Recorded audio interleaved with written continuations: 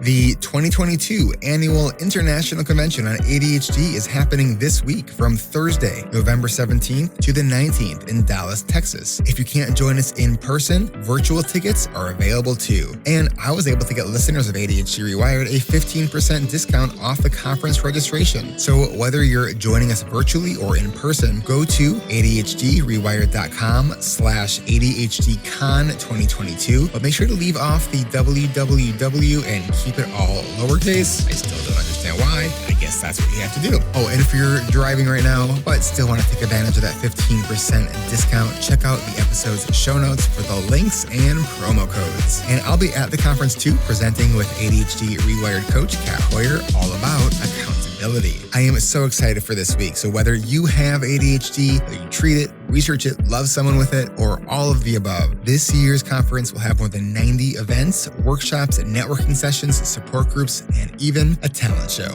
So join in on the fun and get 15% off registration by going to adhdrewired.com/ADHDCon2022 or Google ADHD Conference 2022 and use the promo code ADHD Rewired ADHDCon 2022 at checkout. Hope to see you all this week. That's adhdrewired.com/ADHDCon2022. No www, and it's all lowercase. Hope to see y'all in Texas.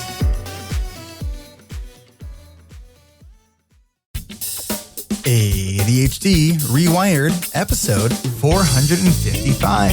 This is the podcast for those of us with really good intentions and a slightly wandering attention. I'm Eric Tivers. I'm a licensed clinical social worker by training and a coach by design. I'm your host, and I have ADHD. ADHD Rewired is more than just a podcast. We are a community. We are wired for connection, and you are not alone. Go to adhdrewired.com to learn how you can join us in our free and secret Facebook group. Get additional resources for every episode, including links to any resources we mention on today's show. You can support us on Patreon, sign up for our email newsletter. You can request podcast postcards to distribute to your clients and support groups. Learn all about our award-winning coaching and accountability groups. You can co-work with us in our Adult Study Hall virtual membership community. You can do all of these things by going to our website at adhdrewired.com. We know that starting is the hardest part, so let's get started.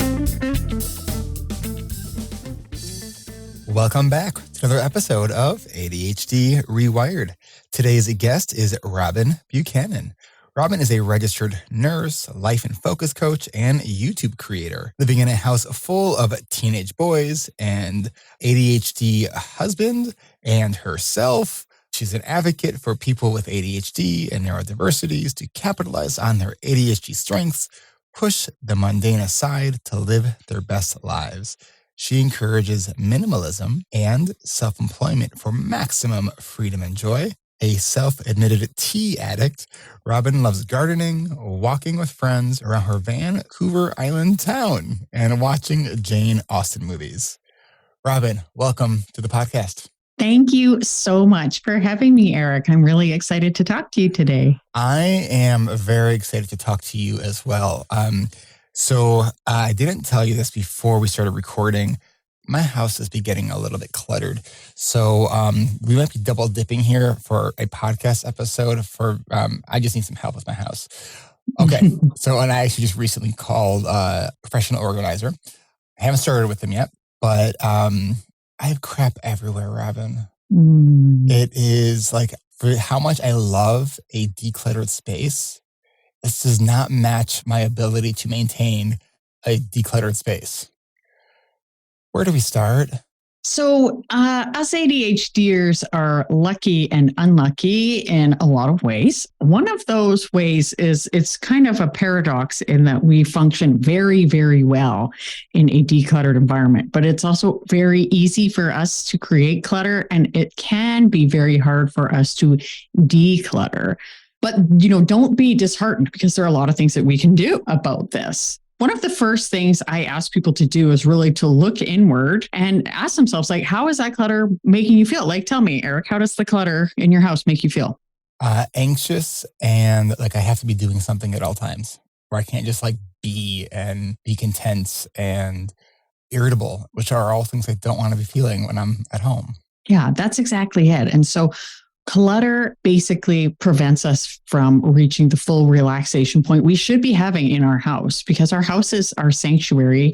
And if we have piles of clutter everywhere, if there are things on every surface, or even if you're really good at masking that clutter, but all of your drawers are full, you feel that pressure of that clutter. And it does feel like your day is never done. Your job is never done. There's a thing called nuts nagging unfinished tasks.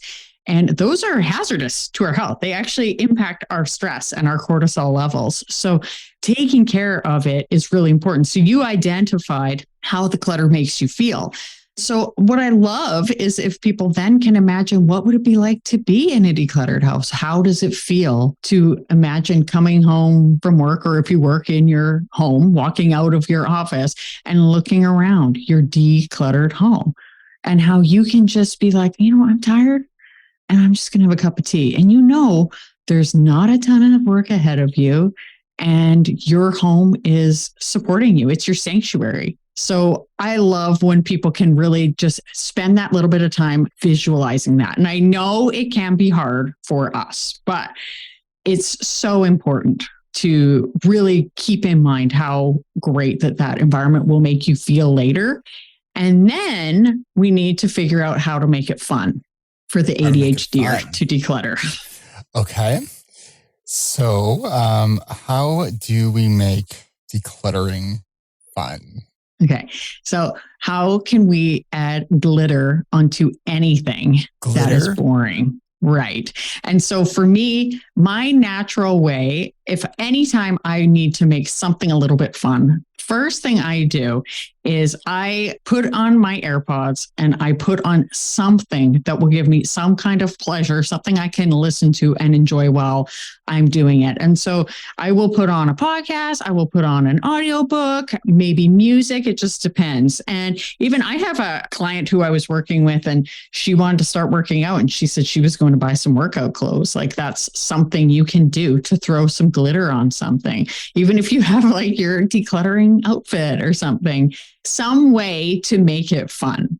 Okay. So we're not talking about actual glitter, which there's a no glitter policy in my house, because I actually can't stand glitter because it like gets everywhere, and then it ends up like in your eyes, and it's just awful. So I like the idea of it, but I don't like actual glitter. So that's good. This is metaphorical glitter. I like to add, and I'm the same. But basically, you need to define what adds glitter for you, what you enjoy, what would you like. How could you make it somewhat of a fun event?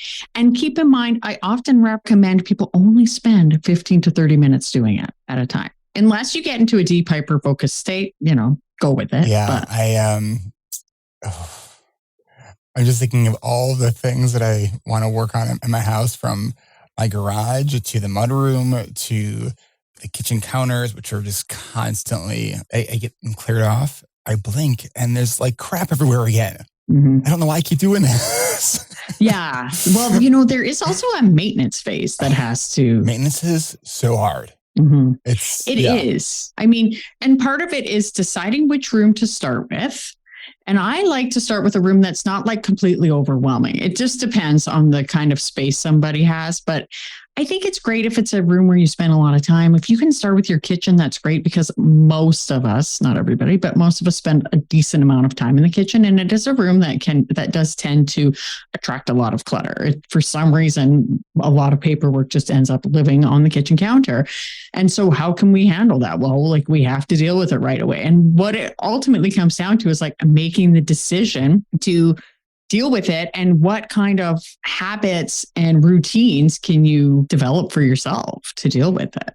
Yeah, it's I'm sure you can relate to this experience of sometimes my brain does the decluttering and the organization, and I open up the mail and the thing from the insurance company, and I actually know what to do with it. But then there's the other times where I'll look at those very same things, and my brain it's like trying to read a foreign language that I'd never seen before. I just literally have I get so stuck. Yeah. Or I'll do the thing where I'll take the item that I'm trying to figure out where it goes, walk around in a circle around my house and then just put it somewhere else, which is not where it goes. Because I'm like, I can't. And it's so frustrating. It is. And I won't lie. I do often have a pile of paper on my desk, not a large pile, but often it's like, okay, I know that bill does not belong on a kitchen counter. So it goes on my desk. And, once a week when I do my anti-procrastination tasks, it will get dealt with then. And your anti-procrastination tasks. Now talk about that. Yeah. So I am a person with ADHD who procrastinates. Let's see, 100% of us. So the way that I deal with that is there is one day a week where I have a lot less scheduled. And that is the day where I tackle the things that I have been procrastinating. And it is hard because, again, I want to procrastinate that day. And I won't lie and say that I hit that day every single week. But quite often, it's like dealing with those emails. Like, how often do we get the email from the kids' school saying, like, for God's sakes, like, sign this permission slip, right? Or like, my son is graduating this year. I just got an email from the school saying, there's a $350 grad thing. And I'm like, okay, I have to write that in my planner and deal with that. And I will, I'll push things to the next day. But there is the anti-procrastination day for doing the things that we hate. Phone calls. Often it's the email stuff. It's the bills. Even within business, there are a lot, as you know, there are a lot of tedious things in business. So it's really helpful to have an anti-procrastination day. So what kind of sparked your interest in getting into organizing? Well, I am a registered nurse. I'm an emergency nurse. I do mostly coach now, but when I did work in the emergency department and my kids were younger, I would come home from working a 12-hour day where you were dealing with people, like you were doing CPR on people, you're dealing with people who are having like an absolutely terrible day, like life was truly awful. And I would come home and really just want to hang out with my family, snuggle my husband, have some tea. But instead I would walk into our house, which was messy and cluttered, and there were piles everywhere. And like you said, I could not relax. I needed to relax. I desperately needed to relax. So I would end up start cleaning and then be grumpy and there'd be arguments. And eventually we hired a house cleaner and, everybody knows you end up just going ballistic cleaning before the cleaner comes. And it's just a very stressful situation. So I read an article around Christmas, I don't know if it was 3 or 4 years ago, and they had said that they described how clutter makes you feel. And often for women, it can even be worse. And we will just feel like we feel it and we can't relax, as you described. And so I started decluttering. I started going towards minimalism, and I call my way reasonable minimalism. I have a lot of things that some people would say, oh, don't have that. I have a apple peeler corer because once or twice a year I want to make apple pie and I don't want to, deal with that. And some people say, you don't need that. No, I do. But if I'm keeping it, it has to serve me. It has to be useful. And this is questions you can ask yourself. Is it useful? Is it something that makes you feel good? Is it a piece of art that you like? Because some of us, we keep things we don't even like, or we keep things. This is the saddest thing. We keep things that remind us of bad things. And we re-traumatize ourselves. It's what are we doing? I kept this sweater for the longest time from where I used to work night shifts because I used to be 911 police dispatcher. Not a terrible memories, but why would I keep something that reminded me of work from a job that I don't even do? Or the shirt that used to fit you really nicely and you loved, but now has holes in it and is a little bit too small. But maybe next time I go into the closet, it will fit really nicely. And the holes will magically be mended. Yeah. So it's decisions like that. And so I did that and we started decluttering. Even my husband, who at the time was just I don't understand. I don't, it doesn't appeal to me, but we will watch a show. I don't remember what we were watching something yesterday. And he was like, I can't even handle clutter anymore, I was like, okay, good. You're reformed. Wow. It often the way I feel about, you mentioned how clutter feels. I usually feel how much it feels after I've cleaned it up. And it's that sense of, oh, I didn't even realize there was this elephant sitting on my chest. But now that it's gone, I realize how much it was impacting me. Yeah. And the amazing thing is, I remember when I was a kid, my mom would clean my brother's room and my room, and we would go in, and it was like, oh my gosh, like suddenly we would spend hours in our rooms, and it was just like such a nice place to be. And it's the same now as an adult, especially an adult with ADHD working from home most of the time. If my environment is decluttered, I can focus. I don't feel like there's a bunch of stuff to do. And there are times because I have teenagers. So when I get up in the morning on occasion, they will have cooked something the night before, or there's some mess. And I have to tidy up before I even do anything so I can focus. But once you do, and once you completely declutter your house, like I said, walking through that door, as you and I have discussed grocery shopping before, because it's exhausting, right? And it's better just to get it delivered if you can. But I still, sometimes I'm wiped afterwards because of the energy it takes. It's really nice not to come into a messy, cluttered house when I need to regain my energy. Yeah, for sure. So we think about these different schools of thought around decluttering this, as you've mentioned, minimalism. Can you just quickly maybe define, like when we hear minimalism, what is that?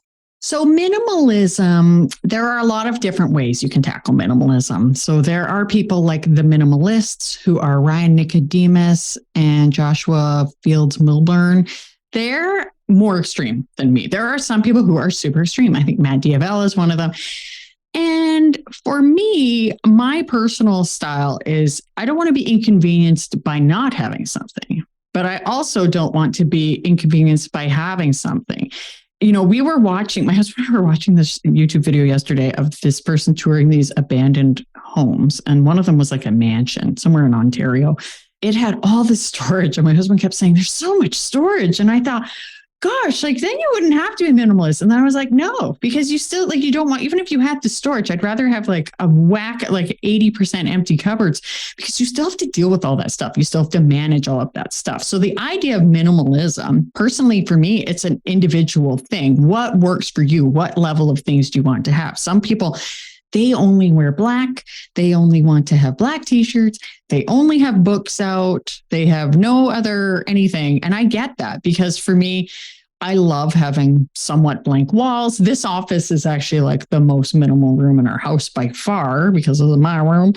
And I love having the like less visual stimulation. And I struggle. There's a shelving unit in our living room. We literally took it all down and we're going to put new shelves in. And then we were like, oh, never mind. So we put it all back together. And still it's like visually overwhelming for me. And so basically looking at your surroundings, being like, how do these make me feel? Because a lot of people dealing with their stuff, like managing your stuff just so you can even clean is a frustration for a lot of people. If you have to move piles just so you can clean, that's not really good. If you aren't using the things you have, that's not good.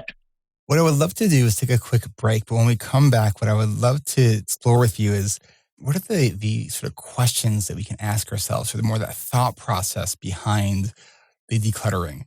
You know, it's like, how do we make these decisions on what to do with all of our stuff? So we will tackle that when we come back from our break. So we will be right back. Are you tired of being overwhelmed, feeling stuck, and feeling like your ADHD keeps winning? Are you ready to go from listening to ADHD Rewired to getting your ADHD Rewired? Then join us for our winter season of ADHD Rewired's award-winning online coaching and accountability groups starting in January 2023. Get started by going to coachingrewired.com. If you've missed our first few registration events, don't worry, it is not too late. Go to coachingrewired.com to get your pre-registration process started so you can join us for our next registration event on Thursday, December 1st at 9 a.m. Pacific, 12 Eastern. You could also join us on Monday, November 28th at 12 p.m. Pacific, 3 Eastern to hear our webinar all about cooperative accountability. I will be presenting this alongside ADHD Rewired coach, Kat Hoyer. So if you are interested in learning how to make accountability work and want to see if maybe this could be a good thing for you and you can do it in our groups, come check out the webinar by coming to the website and clicking on the events tab at the top of the page. If you want to learn how to better manage your time, take charge of your calendar, and make it work for you, create a to-do list that prioritizes your goals and your self-care, all while having a supportive community of like-brained adults with ADHD growing with you, then we'd love to have you. Go now to coachingrewired.com to receive your invitation so you can join us for our next winter registration event on Thursday, December 1st at 9 a.m. Pacific, 12 Eastern. I joined this group because I was exhausted trying to do everything myself. And I knew I needed community and a group to journey with in my struggles. Before this group, I was busy but not efficient. I joined the group for all the tricks of how to plan, and they work. Increasing my time awareness without being stressed is such a big win for me. What I learned in the course of this group is that change comes much more fluidly with less resistance and more acceptance of self. Yeah, learning to plan. Planning was probably my biggest thing, and the importance of, daily planning and thinking that through, whether it's the night before, the day or the morning of, and then also yearly planning and how much that's going to affect me in the future. Things that I've learned is scheduling, not over-scheduling, time management, and how to plan for the future. I think that I've made strides that would have taken me 10 years, if not more, if I weren't in this group. I discovered hope and the possibility of change around things that I was convinced were immovable. They just taught me to be compassionate with myself and to say, hey, this is a process. So many times in my life, I really didn't know what I was getting myself into. Only this time I'm grateful. The group has been a life-changing experience for me. This is the place, if you have ADHD, to be. And I just want to thank everybody for being here because it's so powerful to just listen and be with everybody else. After these 10 weeks, I can promise you this. You will still have ADHD, but between me and our other amazing coaches, our peer mentors, and our continuously growing alumni community, we can assure you that you will not have to continue on your growth journey alone. There really is nothing more impactful than a community that both supports you and understands you. Take the leap and kickstart your new year at building your ADHD toolbox and investing in you at coachingrewired.com. Come grow with us. Get started at coachingrewired.com. Support for ADHD Rewired comes from Adult Study Hall, the ADHD-friendly body doubling community at adultstudyhall.com. From our weekly guided sessions, also known as ASH Plus or Adult Study Hall Plus sessions, to our 24/7 drop-in room, there are plenty of ways you can take advantage of real-time accountability and not have to work alone again. It's free for the first week to try and only $19.99 a month after that. If facilitated and guided sessions help you stay on track for those toughest to-dos, then check out our Adult Study Hall Plus or ASH Plus sessions that we have for cleaning, decluttering, organization, writing, working out, creative projects, our Pomodoro dance parties, career changes, job searches, and more. And if you're in the area where snow is on the way or winter has already arrived for you, this might be a good time to join our weekly cleaning sessions that happen twice a week to start prepping and putting away those summer supplies for safe storage until next spring. Then, if you don't want to work alone but prefer working at your own pace, then join us for our 24/7 drop-in room. We call it ASH 24/7 because it's open 24/7. Join us at adultstudyhall.com, the ADHD-friendly body doubling community where we can tackle the toughest to-dos and we don't have to do them alone. The doors are open at adultstudyhall.com. Come work with us. That's adultstudyhall.com.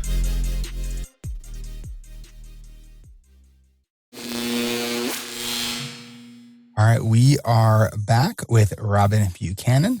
All right, Robyn, so take me sort of into the thinking realm of organizing. What are the questions, the leading thoughts, the ideas, the cognition piece behind this to help us make better decisions to sort of, it's like for a lot of us growing up, whether we were diagnosed or not, given the recommendation, well, just use a planner. It's like, great. I actually have no idea how to use a planner. And I didn't realize I didn't know how to actually use one correctly until college. I was always like, well, do I put it on the date it was assigned or do I put it on the date it was due? Or maybe I should put it on the date I'm still going to be working on it.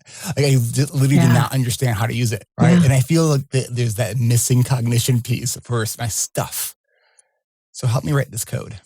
I have a question. Do you feel like you've been lying your whole entire life? Like I do. And lying by omission as in I don't get it. I only in the last, like since I've been in my 40s, I'm 43, since I've been in my 40s and I was just diagnosed, but I now am like, okay, can you explain that more? Because I always just pretended I knew forever. Like you say, oh, use your planner. Like I wouldn't be like, how should I use this? I'd be like, okay, like try to figure it out on my own. I just feel like I was lying my whole life.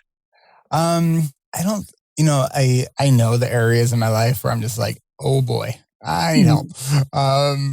Yeah. So that's even just thinking about hiring a professional organizer has been something that has like reemerged on my radar for years, and I have never pulled the trigger on it.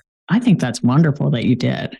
Yeah. So okay, I have a cleaning person that comes every other week, and I've been thinking about bringing her every week because like she's a miracle worker. Yeah, and it would be easier for you to keep things tidy in that case as well. Yes. So, well, the things that I recommend, first of all, to get yourself to the point of decluttering, as I mentioned, was, like every time just be like, okay, why am I doing this? I'm going to be glad I did it. All right. I'm going to throw some glitter on it, put on my headphones, whatever. You can use the 5, 4, 3, 2, 1, whatever works to get you going. If you can body double and have someone do it with you, that's great. But ultimately, what you want to do is not usually do a marathon session because we want to have like a positive association with this and be like, okay, that was only 15 minutes. That was only 30 minutes. I made it through a podcast. I made it through part of my book, whatever. What you're going to want to do is I like to get about 3 bins. Now you can do what works for you. So one is for garbage, one is for recycling, and one is for things that are going to a different room. And actually, and the 4th can be for donating because garbage and recycling, where I am, it's huge, right? So everybody's everything. So what we do is we pick up an item and I say, does this add value to my life, my time timer? And I'm be like, yes, it does, because it helps me keep track of everything. But I can pick up this tape measure and I can say, this tape measure, yes, this adds value to my life. Is it in the right room? No. So I put it in its right home box.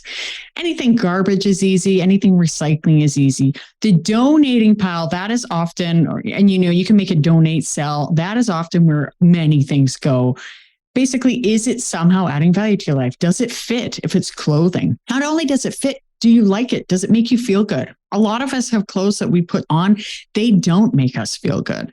We keep them for some reason. Sometimes we even try to wear them, but we're like, this doesn't feel good. I shouldn't be wearing this. So there's that. Do I use it? If it's something in the kitchen, do I use it? Do I use this particular thing? Like I said, I've got I love cooking. So I've got the odd gadget that I find really handy. Meanwhile, somebody else who doesn't love cooking, like they don't need that. They're not going to use it. Or do I have multiples of this item? One of my past clients, she had 15 or 11 spatulas, something crazy like that. And it seemed like every Christmas her mom was giving her spatulas. So finally she was like, hey, don't give me any more spatulas. And she decluttered probably all but a couple, because to be honest, for me, I need to have at least 2 or 3 because every day we're going through that many. So basically, do you somehow use this? Does this add value to your life? That is like the number one question, because if you're keeping it because you think you might use it one day, that's a red flag. Yeah, the just in case. The just in case items, yes. Those are the things where I think most people's garage and storage room is full of just in case items.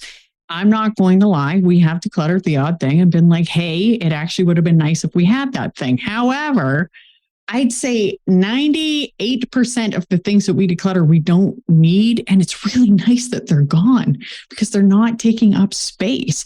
And so as you go through each room, and I do recommend just doing one room at a time, just 15 to 30 minutes a day. And if you think about it, if you do that every day, say you did 30 minutes, 3.5 hours a week of decluttering, you can get really far. And the more you do it, the more you flex that muscle, you'll get better at it. So Robyn, I'll tell you, when you mentioned 30 minutes of decluttering, like a day, like every day, that made me anxious. Yeah. I immediately felt that like pit in my stomach. I'm like, oh God, because I don't enjoy it. And when I get like in that sort of determined mindset, I can absolutely do that decluttering. My biggest challenge is the maintenance. The maintenance is so I don't have to get to the needing something to be a project like stage. Yeah. So the thing is, if we want to get our whole home decluttered, we're going to have to work at it. And so there's a couple other things you can do. Number one. Wait, I want to pause you there. You're telling me that we have to work at keeping our home decluttered. I know, it's really hard. Once you get it decluttered, the maintenance decluttering is really easy. Okay. Because once or twice a year, I will just open a drawer and be like, okay, I don't need this and this and this. I mean, and everybody has to do it. If you want to stay decluttered without a bunch of stuff, because Christmas comes around, birthdays come around, we ourselves buy things we don't need. We don't realize it. Like often a lot of the decluttering can occur in the store in the first place. Setting boundaries with your family about gifts that you actually want. For me, I'm like, please give me edible gifts. Like I love it. But when you are done decluttering for the day, take a look around and admire your work. Like I am now like my biggest fan, and I will be like, dang girl, you did such a good job. And I will reward myself. I love tea, as I said. So almost always I will reward myself with some tea. I also am a huge fan of sticker charts. I just do. So what can you do to reward yourself? It could be anything. And if you can manage to work it into your routine, chunk it like just after your lunch or just after your dinner, that you just do even 15 minutes a day, you are giving yourself such a gift in the long term. Do you put dishes in the sink and walk away from them? Oh, yeah. What's your thought process or like your sort of like the internal dialogue to help you not do that when you are doing that? Okay, so if the dishwasher is empty, I normally will put it in, but I live with, 2/3 of my kids have ADHD and my husband has ADHD, and they don't even think about it. So part of it is, there's a thing called the Fly Lady system. She's the one who came up with Anti-Procrastination Day. She's a big fan of scrubbing your sink every day. If you have scrubbed your sink, and I really just use I spray it with the Dawn Power Wash because I love that stuff, and I will sprinkle in some baking soda and scrub it every day. Basically, keeping an area clean makes you want to keep it clean. If your kitchen countertops are clean and tidy and there's nothing on them, you notice stuff sitting on it more and it jumps out at you and it's distracting. So you will tackle it sooner. So really, you just have to say what will keep me from putting this in the sink? Do you have a dishwasher? Mm-hmm. Yeah. I mean, how does the sink look better? Well, I mean, it's one of the things that helps me with that particular issue is knowing that I don't want to wash them now. I don't want to wash them later. And it will be faster to wash them now. Right. Because having to chisel the hardened food, it will take more time. And it's amazing how fast you can actually wash stuff when you do it right away. I know, it's very novel. I am a big fan of the touch it once system. So this is something I work on with myself, because part of it is I'm slightly I don't want to say I'm a germaphobe, but I don't like to walk through the garage without slippers or shoes. As I say that, I put my slippers on. But say I have a box that needs to go to the garage, I will often bring it near the garage. The staging instead of carrying it out, quickly flattening it and throwing it in the recycling bin. And so that's it. Touch it once. If you're already moving it one way, it's less work to just deal with stuff right away. So that is one thing where I'm trying to teach my whole family to do. But then I have to sit down and put my shoes on to take. I'm thinking about the boxes that are probably in my mudroom right now as we're speaking. That literally my recycling bin is right outside my garage door. All I have to do is open the door to the garage, and it's literally right there. And yet it will stay on the other side of the door, waiting to be broken down. And then it just, my son's stuff then piles there. And then it's random socks and a piece of paper and it's randomness. And I just I can't deal with it. So I just walk over it all the time. It's maddening because it's a madness of my own creation. It is. And that's the one thing is I do wear slippers pretty much 365 days a year. So that does make it easier. And our garage is attached. So it's just sort of a matter of putting on the slippers that I probably am wearing anyway, because I have such sensitivities to touching anything on the floor with my feet. So I don't know why I did right. And so it's just do it. And so I have been saying to myself, just touch it once. And then it's not sitting there bothering me. Okay. Let's go into my garage for a minute. So it's a 2-car garage. I've got a bunch of shelves kind of throughout the garage. There's this big platform where my car just kind of just fits right under the platform. So there's a bunch of stuff. I have old the thing you pull on the bike for when your kid's little. My kid is not little anymore. He can now ride a mountain bike.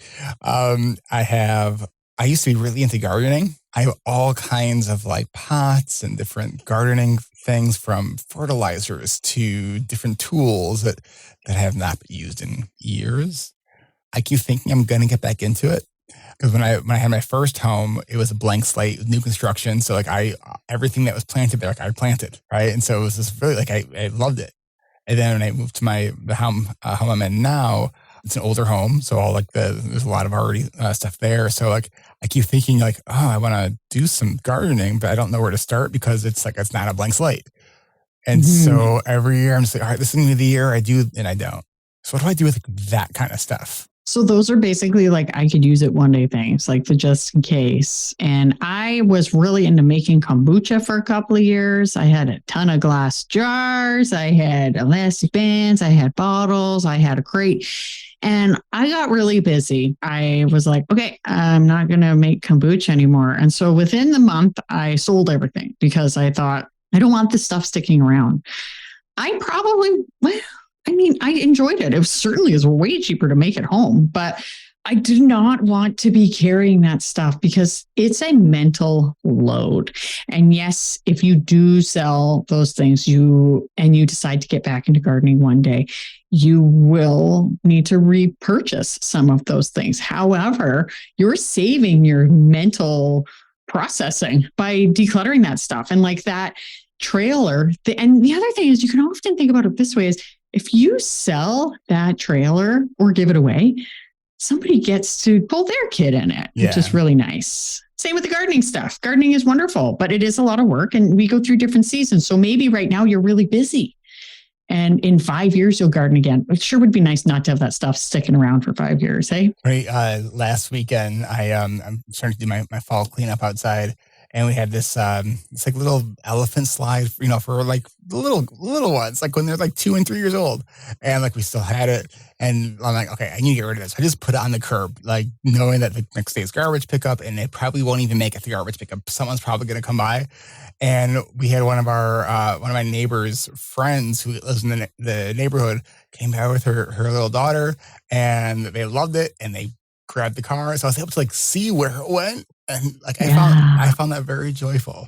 Absolutely. We had a double stroller and we were sad to let it go because that sucker was handy and it just meant freedom and it was really nice and it felt so good to sell it to this lady. And I saw her in the mall once. She didn't recognize me, but I was like, oh, there's our stroller, like it's just nice. And it feels really good. And a lot of this is where people can be. Have you ever had a family member show up to your house and be like, I found this, I'm doing some decluttering and I thought you might want this stuff? Oh, Robyn, this is a sore spot right now because my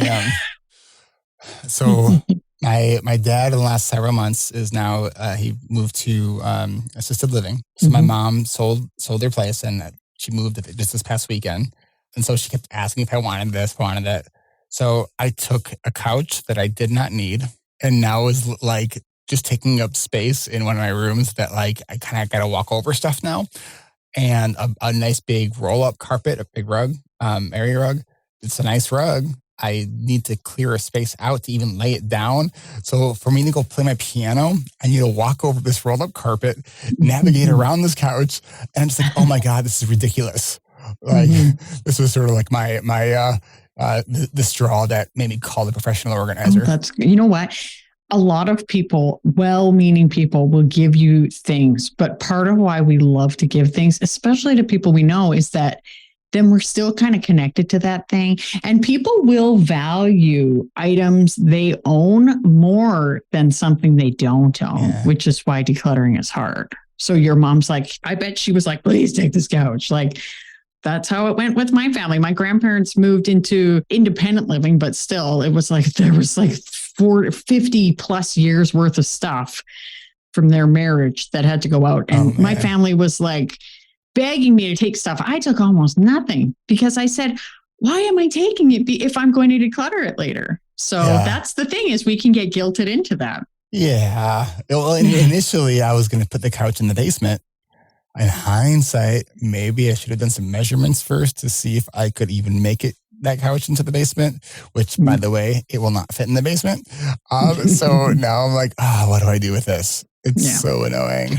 Yeah. And so a lot of people, they have a lot of guilt when it comes to decluttering things that their family members have given them, especially if it's like there's a big life change associated to it. Really, it comes down to, does your family member want you to be happy?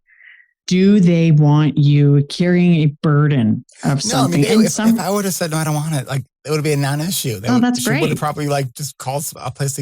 She asked me for a desk, and it was an older desk, but it was a nice desk. And just because like I have this carpet and this couch in there now that I'm like, I can't even move around this room, that helped me say no.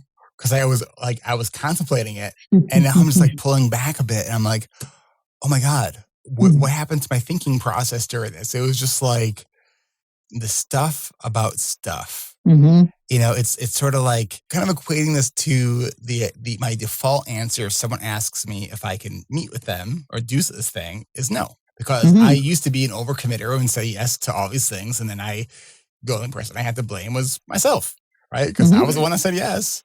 It would have been helpful if I looked at my calendar first before I actually, agreed to do something.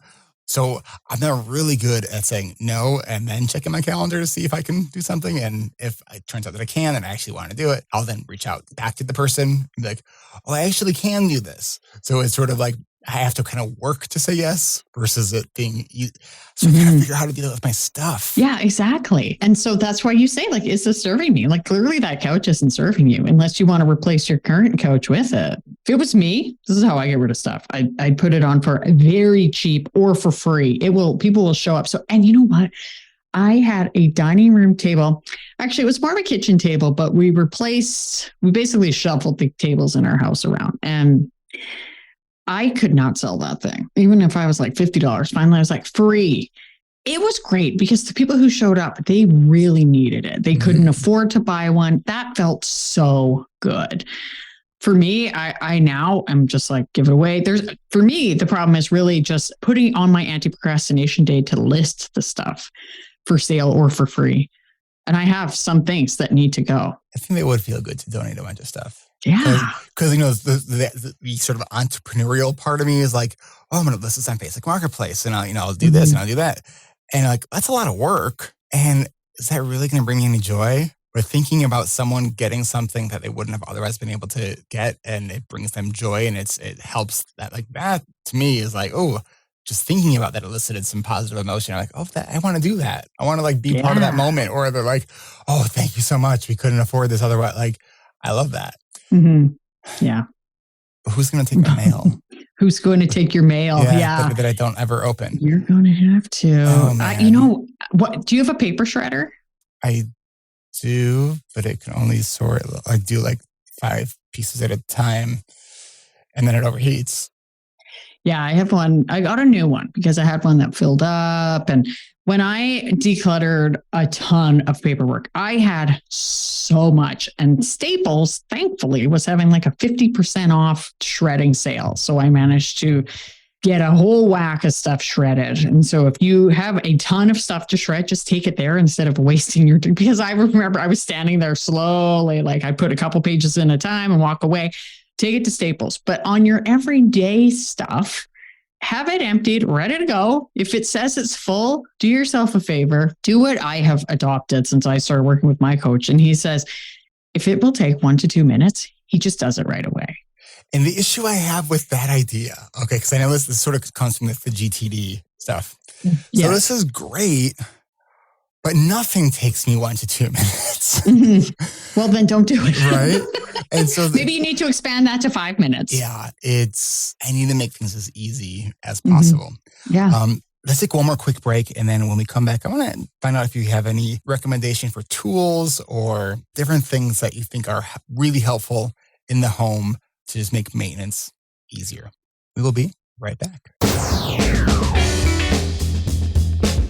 If If you like ADHD Rewired and want to stay up to date with our show notes and weekly episodes, then subscribe to ADHD Rewired by going to adhdrewired.com/podcast or hit the subscribe or follow button in your favorite podcast player. Next week, we'll be joined by Dr. Deanna Mercado Mamaroche, a doctor also living with ADHD. We'll be having a discussion on putting others first. Doctors or not, I think this is a discussion that is valuable to a lot of us. So if you love the show and the different topics and discussions we bring you every week, then don't forget to hit subscribe and consider leaving a rating and review on Apple Podcasts or your favorite podcast player if your app allows. Your ratings and reviews help this show get into more speakers and headphones to help other adults with ADHD around the world. When you go to adhdrewired.com/podcast network, you can find the rest of the ADHD Rewired podcast family, including ADHD Essentials with Brendan Mahan, Hacking Your ADHD with Will Kerb, and ADHD Diversified with MJ Siemens. And we're getting close to launching 2 new podcasts, so keep listening every week for upcoming announcements on when our next 2 shows will be joining us. And did you know that you can join me, our podcast hosts, and ADHD Rewired coaches every second Tuesday of the month for our live monthly Q&A? Go to adhdrewired.com/events to register for our monthly live Q&As so you can join us on Zoom and get your ADHD-related questions answered. Get more from ADHD Rewired at adhdrewired.com. Find this podcast and all of our shows by clicking on the podcast tab, and join us for our monthly live Q&As by clicking on the events tab so you can register and join us each month. That's adhdrewired.com. Thanks for listening. Support for ADHD Rewired comes from our Patreon community. Get more from ADHD Rewired and support the show when you become a patron by going to adhdrewired.com/Patreon. I'd like to welcome our newest patrons who joined us this week: Susan B, Rashima H, Ian B, and Matt B. Thank you so much for your support. Perks start at just $5 a month, where you can get ad-free episodes of this show. At $25 a month, you can join me for our monthly coaching calls that happen every 4th Tuesday of the month. And if you don't want to miss out on the tips and strategies we share in our monthly coaching calls, patrons at the $10 a month level can get the audio recording of those monthly coaching calls. I am so grateful for the support of our Patreon community. When you become a patron, not only are you supporting the upkeep that lets this show continue every week, like hosting and distribution services, equipment maintenance, and editing, you are also supporting our passion for reaching other adults with ADHD around the world. So if it's in the budget for you right now and you want to support our work, consider becoming a patron over at adhdrewired.com/Patreon. Remember, perks start at just $5 a month with ad-free episodes, and support can start at any amount that makes sense to you. Go to adhdrewired.com/Patreon. That's adhdrewired.com/Patreon. And thanks.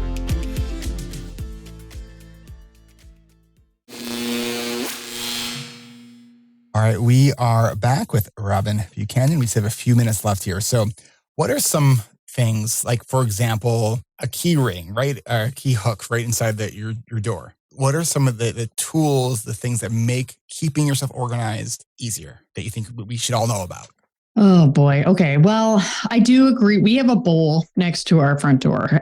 And again, my husband, I love him dearly. He's just struggled to put stuff in that bowl. So I did give him, I found a drawer he could keep things on the main level because our bedroom is upstairs. That is where his stuff goes, which is good. So I can throw that there. My office is often sort of more my catch-all. I am just a huge, huge fan of the phone and a planner as a combo for keeping track of a lot of things. And I use my phone for things that I can remind myself of, appointments and things like that. And then my planner for the day-to-day things I want to remind myself of. As for everyday, day-to-day organization things, I think it all just kind of depends on the person.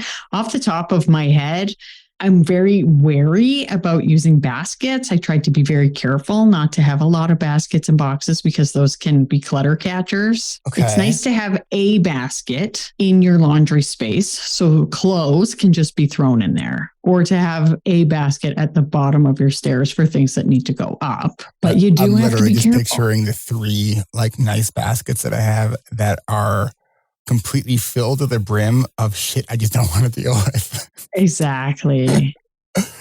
Oh, That's man. exactly All it. right. So they're dangerous. Clutter catchers. All right. What else? Keeping things where you use them is probably the biggest thing. So like you said, if you wanted to get your mail situation under control, have your shredder in a spot where you do your mail, or do your mail in your spot where you have your shredder, and then have a pile of things you need to deal with. And for me, often I will take a picture of something. If it needs to be paid on a certain time, I put it in my planner or in my phone and I will shred it. And the thing is, like, digital clutter is a whole other thing where a lot of us have a ton of digital clutter, but it's creating those habits of like going through the digital stuff and going and dealing with that. Just like the same, you deal with the bills you have to pay. Also, like for me, I'm obsessed with tea, right? We have a kettle, an amazing kettle that is full of like 3 liters of water all the time, ready to go, like boiled. And I have my tea there by the station, right by the mugs. So it's having things where you use them at the point of performance, which is so obvious. But if you didn't know it beforehand, it's like, oh, right, that makes sense. Instead of having things strewn about. It's sort of like I try to keep antibacterial spray and like a toilet cleaner in every bathroom. Because if I'm like, oh, I need to clean this bathroom, but I need to go to another part of the house to get the cleaner, the chances of me actually returning to the bathroom with the cleaner are slim to none. Yeah, absolutely. I have a toilet brush in every bathroom, toilet cleaner, wipes. Yeah, it's just because then the chances of it getting done are better. It's like as much as we can remove the barrier, there's so many barriers. So, the process of doing laundry. So you have the pre-sorting, which, takes about 10, 15 minutes. Then you have you put it in, and there's the sort of the hurry up and wait process, right? You put it in, wait for the load to change. You change the load, and you fold it. So that all takes, several hours. So why does it sometimes take up to 2 weeks to actually put it all away? You know what? I am so not the laundry lover, but I do have a hamper that has 4 sections. So for my husband and I, so we have one for lights, one for darks, one for things that need to be hung up to dry, and one for towels, because I was like, gosh, these towels. And I thought, wait, I'll just put them in one of the compartments. So at least everything's pre-sorted.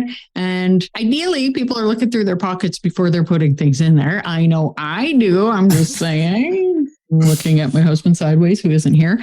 So there's that, but also it's, oh gosh, a lot of people, they don't like putting away. For me, I don't like folding. Yeah, laundry is my absolute least favorite chore. Like I absolutely despise it. Yeah, that's when I throw the glitter on that big time, and I'm like pulling out the big guns, listening to like the Absolute Fave podcast, and really just like, and then rewarding myself with a piece of chocolate after. Like I really have to dig deep. It was funny. On Sunday, I just had a ton of laundry, and my son goes, it's almost time for bed. And he goes, Dad, I feel like you've been doing laundry all day. And I was like, I feel that way too. And like, yeah. And so when I ask you to put your shirt that you decided not to wear back into your drawer or back into your closet, because I despise doing laundry. And so anything that we could do to make this a little bit easier would be really, really helpful. Where he's like, oh, let me help. And then he he helps for about 3 seconds, and then he's on to something else because he's bored. Yeah. And I think that for me, the best is when I'm just doing 1-ish loads a day. The kids do theirs sort of now. And I mean, when I say sort of, I don't do it. It's just that they're not that consistent. But between my husband and the towels and the sheets and everything, I try to have a load going through once a day. Yeah. And, it's I was easier. Doing that for a while and I forgot about that. Yeah. It's the way to keep laundry under control. And then often you don't have massive loads to do. But when you put it in the wash and you're like, all right, EF's working right now, it might not be working by the time it comes out of the dryer, right? So it's like to get it done. Because it's like over the last month, the number of washes I think I've had to rewash, and I have not done that in a long time. Like I literally had to rewash washes because it sat in like the washing machine wet for like a couple of days. I was like, oh God. I know, that's awful. And that's again where I think like the iPhone is such a double-edged sword for us ADHDers or smartphones, but the timers, right? Like and then a backup timer. I know that they even have the smart washers that can give you the notification and when it's time to change your load, which is great. Like, except when you hit snooze and you're like, oh, I forgot about that. So I've been trying to help my son learn how to fold clothes and, because hopefully he can learn these skills while he's young. So it's not so hard as he's older. Do it. Okay. Do it. What else do you want to share with my listeners here? Because we are just about out of time here. Just how important it is to remember your environment when you're considering the necessities of life. People say food, water, shelter. Like I said, I'm a big, big proponent of ADHDers working at home if at all possible. But your environment, it sort of sets the tone for your day. And if you are not keeping your environment supporting you, then it really is just holding you back. So I think that is one of the biggest ways that I set myself up for the day, is making sure that I do a quick tidy up. And so, I really want people to recognize that we need our sleep, we need our proper nutrition, we need our meds, but we really also need to be sure that we're setting ourselves up with the proper environment. So, Robyn, where can people find more information about you, and if they want to work with you or see your YouTube channel? Give us all that information. Well, I had an old channel called Minimalist Home, but I have a new ADHD specific YouTube channel called Hocus Focus. And there is an Instagram to go along with that, which is Hocus Focus Robyn, and that's Robyn with a Y. And that has many links, including to my website and all of that. So if you want anything from me, head over to Instagram and look at that. Or you can just go to YouTube and there are links in all of the videos as well. And we will get all the links Robyn just mentioned in the show notes for this episode. Robyn Buchanan, thank you so much. This was a lot of fun. So what's do you think the next thing I should focus on decluttering? Well, what room stresses you out the most? It's a tie for the garage, the den, the basement. Where do you spend the most time? Family room. Okay. So not one of those rooms. I often love to recommend a room that you're going to walk by a lot, which will give you a win, or one that isn't that bad. If it's like jam-packed full, maybe don't start with that room. Okay. Yeah. And if you're anything like me, you'll just go back several times a day just to be like, oh, look how good that looks. When I do declutter, I do that. Yeah. Well, thank you. I hope this was helpful for listeners. You definitely gave me a couple things to think about. Robyn, thank you so much. Thank you for having me. This was so fun, Eric. I really loved it. This was a pleasure. Thanks. This is Eric Tivers. Thank you for listening and congratulations for making it to the end. ADHD Rewired is more than just a podcast. We are a community focused on learning, growing, and connection. The website is ADHDrewired.com. You can find time-stamped summaries and additional resources for each episode. Apply to join our free and secret Facebook community. Learn more about our award-winning intensive online video-based coaching and accountability groups. Join the Adult Study Hall virtual co-working membership community. Find all the other podcasts on the ADHD Rewired Podcast Network. Sign up for my email newsletter to get exclusive content that you won't hear anywhere else. And use the search tool to find episodes on specific topics. You can do all of this at ADHDrewired.com. While you're there, click on the Patreon button. If you are a regular listener, consider making a monthly contribution by becoming a patron. If you are able to financially support my work, it would mean a lot. This show is free to you, the listener, but it's not free to produce. Plus, patrons get cool perks like ad-free episodes and access to recordings of coaching calls, and $25 a month patrons can join me once a month for a group coaching call. You can follow me on Twitter at Eric Tivers. You can like our Facebook page at facebook.com/ADHD Rewired. If you're a coach, therapist, or related professional, connect with me on LinkedIn at linkedin.com/Eric Tivers. Subscribe to ADHD Rewired on YouTube to see selective interviews and other videos I've made. Podcasts change lives. You can make a difference in someone's life by spreading the word about this podcast. Mention it in your online communities on Facebook, Twitter, Reddit, or wherever you hang out online. And be sure to share it with your friends, family, your therapists, your coaches, doctors, siblings, parents. And if you, your coach, therapist, doctor, or ADHD support group leader would like a pack of podcast postcards to hand out, you can request those at the website, ADHDrewired.com. If you are a member of CHAD, ADDA, or any other ADHD support group, please be sure to tell them about this show and all the shows on the ADHD Rewired podcast network. You can even show them how to download it on their phone. And if you really loved this particular episode, please hit share on your podcast player. I'm only one person, and I do count on you to help spread this message. One of the biggest things that you can do to support this podcast and help other people discover it is to leave an honest rating and review on Apple Podcasts or any other app that supports reviews. And don't forget to hit subscribe so new episodes are automatically pushed to your favorite podcast app. Looking for more ways to listen and learn? Get a free audiobook and a 30-day free trial at Audible by going to audibletrial.com/ADHD Rewired. Here is my list of must-listen-to audiobooks updated July 2021. Nonviolent Communication by Marshall Rosenberg. Attached by Amir Levin and Rachel Heller. Atomic Habits by James Clear. The 5 Dysfunctions of a Team by Patrick Lencioni. Crucial Conversations by Carrie Patterson. The Coaching Habit by Michael Stainer. The Body Keeps Score by Bessel van der Kolk. Rest by Alex Sujong Kim Pang. The 5-Second Rule by Mel Robbins. Make It Stick.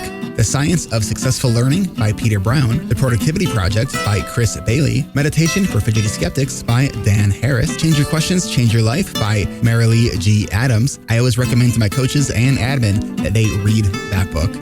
The One Thing by Gary Keller, a required reading for all of our coaching group members. Procrastinate on Purpose by Rory Baden.